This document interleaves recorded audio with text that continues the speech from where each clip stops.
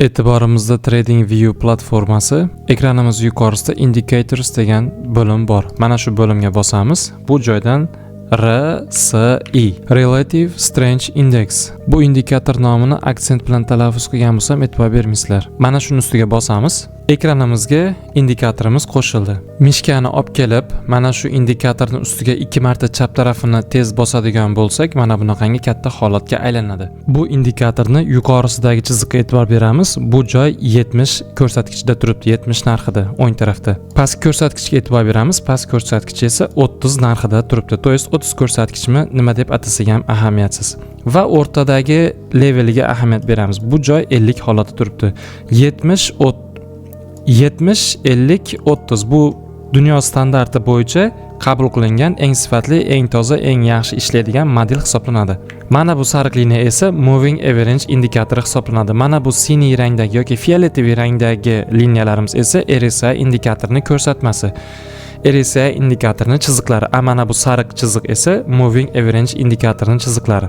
Sizlar ham videorolikda ko'rsatganimdek RSI indikatorini yozib grafikalarga tashlaydigan bo'lsanglar, xuddi mana shu meni ekranimdek holatda sizlarga ham tushadi va buni nastroykasini o'zgartirish kerak emas. Qanday bo'lsa shundayligicha turgani ma'qul. Indikatorimizni yuqori ko'rsatkichini 70 dedik. 70 dan yuqoriga agar indikatorimiz ko'tariladigan bo'lsa, bu instrumentni juda ham ko'p sotib olinganligidan, talab ko'payib ketganligidan darak beradi. Agar pastki ko'rsatkichimiz 30 dan pastga tushadigan bo'lsa, mana bunaqangi holatda taklif juda ham ko'payib ketganligidan darak beradi. Bu RSI indikatorini ko'rsatkichlardan balandda yoki pastda yurishi nimani anglatish to'g'risidagi ma'lumot. To есть tepada bo'lsa talab ko'paygan, pastda bo'lsa taklif ko'payganidan darak beradi. Birinchi o'rinda biz e'tibor berishimiz kerak bo'lgan narsa bu o'rta chiziq 50 ko'rsatkichga e'tibor qaratamiz. O'rta chiziqqa qaraymiz. Qachonki mana bu sariq rangdagi chiziq, ya'ni moving average indikatori mana shu 50% dan yuqorida bo'lsa, uje bu bozor halveri buy trenddaligidan darak beradi. Bu meni shaxsiy fikrlashim va shaxsiy ishlatayotgan tajribamdan kelib chiqib aytyapman. Aynan hozirgi holatda oltin instrumenti 1 soatlik time frame da moving average indikatori sariq chiziq, to есть 50% dan pastga tushdi. Bu degani uje men bozorga qarasam selga zilka qidirishga harakat qilaveraman. Qanday selga zilka qilaman? Bu birinchi o'rinda sariq liniya 50% dan 50 narxidan pastga tushishi bozorda uje selga signal qidiraver degan ma'noda menga anglatadi. Bu birinchi holat, vot yozamiz. Birinchi bo'lib sariq chiziq. Birinchi o'rinda yozamiz moving average, mana MA qilib qo'ydim qisqartirmasi. 50 ko'rsatkichdan pastda bo'lsa, selga signal qidiriladi. Bu birinchi filtr. Ikkinchi filtrimiz bor. Ikkinchi filtrimiz mana bu RSI indikator fioletoviy rangdagi chiziqni ko'ryapsizlar. Agar mana shu fioletoviy rangdagi chizig'imiz obratno ko'tarilib, mana shu 50% atrofiga kelganda va mana bu sariq chiziq hali ham 50 ko'rsatkichini pastida bo'lganda, biz uje selga zilka qilishimiz mumkin bo'ladi. Bozorda bizga bu tasdiq signalini anglatadi. Например, mana bu joyga yozib qo'yaman oldin. Ikkinchi o'rinda RSI chizig'i 50 ko'rsatkichga ko'tarilsa, selga tasdiq bo'ladi. Ot. Ikkita filtrni mana bu joyga yozib qo'ydim. Bu shunday qoladi. Agar men buyga zilka qilib ishlamoqchi bo'lsam, xuddi shuni teskarisi. Birinchi o'rinda, birinchi filtrga qaraymiz. Moving average mana bu 50 ko'rsatkichdan yuqorida bo'lish kerak. Mana bu joylarda mana yuqorida bo'lgan va RSI indikatorimizni chiziqlari, fioletoviy chiziq mana shu joyda 50% rovna mana shu joyga to'g'ri kelgan ekan. Xuddi mana shuni hozir grafikaga shunday olamizda, bu joyni avval belgilab olganimizdan so'ng aynan mana shu joyni belgilab olamiz. Mana bu joy va vot mana bu joy. Men hali beri grafikani ko'rganim yo'q, hozir sizlar bilan birgalikda ko'rib chiqamiz. Vot qaranglar, grafika holatida tak mana bu svecha va mana buni ro'parasi mana bu svechaga to'g'ri kelyapti. Mana shundan ko'rishimiz mumkin. 1 soatlik time frame da vot mana buyga signal sizlarga. RSI indikatoriga qaraydigan bo'lsak, buyga zilka qilishimiz uchun birinchi filtrimiz nima edi?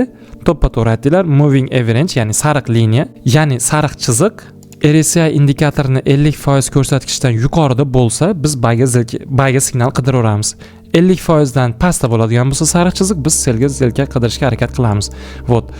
Mana shu joyini o'zida hozir tarixni ko'rmagan holatda vot qaytaramiz, qayergachadir va qayergachadir qaytarib tekshirib ko'ramiz.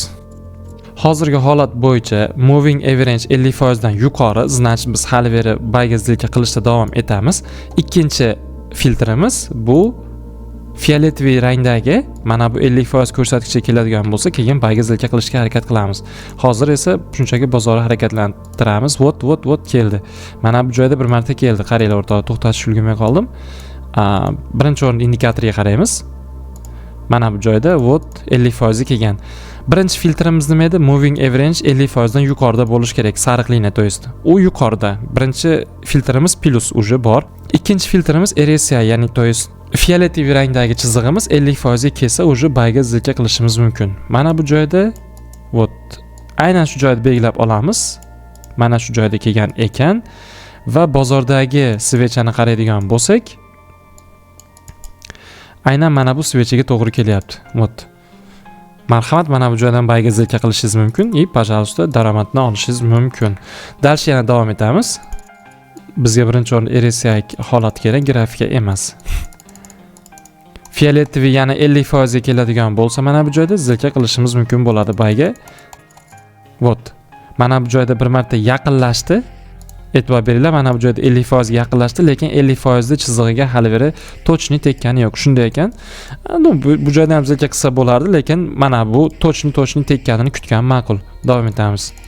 Ketdi bozor yana. Vot. Mana bu joyda bir marta tegdi. Vot, tekkan joyi mana shu atrofda. Mana bu joyda tekkan. Biz mana bu joydan bayga zilka qiladigan bo'lsak, marhamat, bu joyda ham qanchadir muddatda daromad qilishimiz mumkin bo'lar ekan, где-то 300 pips atrofida. Bu joyda ham ishlagan. 100 pips yurgandan so'ng sразу bez ubitga qo'yib, qolganini yarmini yopib yuborish mumkin bo'ladi. Xo'p, sariq liniya hozircha tepada, vot qaranglar, sariq chiziq hozircha tepada. Agar sariq chiziq tepada bo'lib turib, mana bu fioletoviy rangdagi chizig'imiz 50% keladigan bo'lsa, yana bayga zilka qilishimiz mumkin. Bizda zilka qilishimiz uchun sodda qilib aytganda ikkita filtr bor. Birinchisi moving average ga qaraymiz, ikkinchi o'rinda mana bu fioletoviy qaraymiz. Vot. Mana bu joyda selga zilka qilishimizga yaqinlashyapti. Nimaga? Chunki moving average 50% ko'rsatkichdan pastga o'tdi. Agar fioletoviy rangdagi mana shu 50 ko'rsatkichni buzsa yoki tegadigan bo'lsa, selga zilka qilsak bo'ladi. Hozircha kutamiz. Tekkani yo'q. Hatcha zilka qilsa bo'ladi, chunki vot mana shu joydan zilka qilishimiz mumkin. Qachongachaki? Selga zilka qilgan bo'lgan. Uje bu joyda sel yopiladi, qaranglar, o'rtoqlar. Mana bu joydan selga zilka qilgan taqdirimizda ham 230 pips atrofida daromad bo'lyapti. Xo'p. Mana bu joyda e'tibor beramiz. Sariq moving average 50% kesib o'tdi. Ikkinchi filtrimiz fioletoviy rangdagi RSI indikatorimiz 50% keladigan bo'lsa, bayga zilka qilishimiz mumkin bo'ladi. Vot, mana bu joydan marhamat bayga zilka qilishimiz mumkin. Bu ham aynan o'sha levelga olib kelyapti. Mana shu joyini o'zidan где-то bir 200 pips atrofida daromad beryapti. Dals davom etamiz. Vot, sariq pastga kesib o'tdi, значит biz selga o'tdi trend. Selga zilka qidirishni boshlaymiz, to'yist.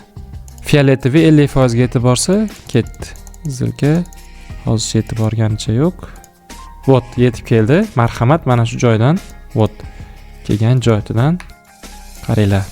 Mana shu joyda mana selga zilka qilsanglar ham, vot, mana sizlarga mana shu joyda o'zdan zilka qilsak ham 300 pips atrofida daromad beryapti. O'ylaymanki, sizlarga keraklicha ko'rsatib bera oldim. Men qanday qilib foydalanishim va qanday holatda ko'rishim to'g'risida. RSI indikatorda men mana shunaqangi holatda foydalanaman. Vot, juda ham oson, juda ham sodda konsepsiya, strategiya. Keyingi videoroliklarda ko'rishguncha o'rtoqlar, sog' bo'linglar. Video foydali bo'lgan bo'lsa xursandman. O'zingizlarga ehtiyot qilinglar.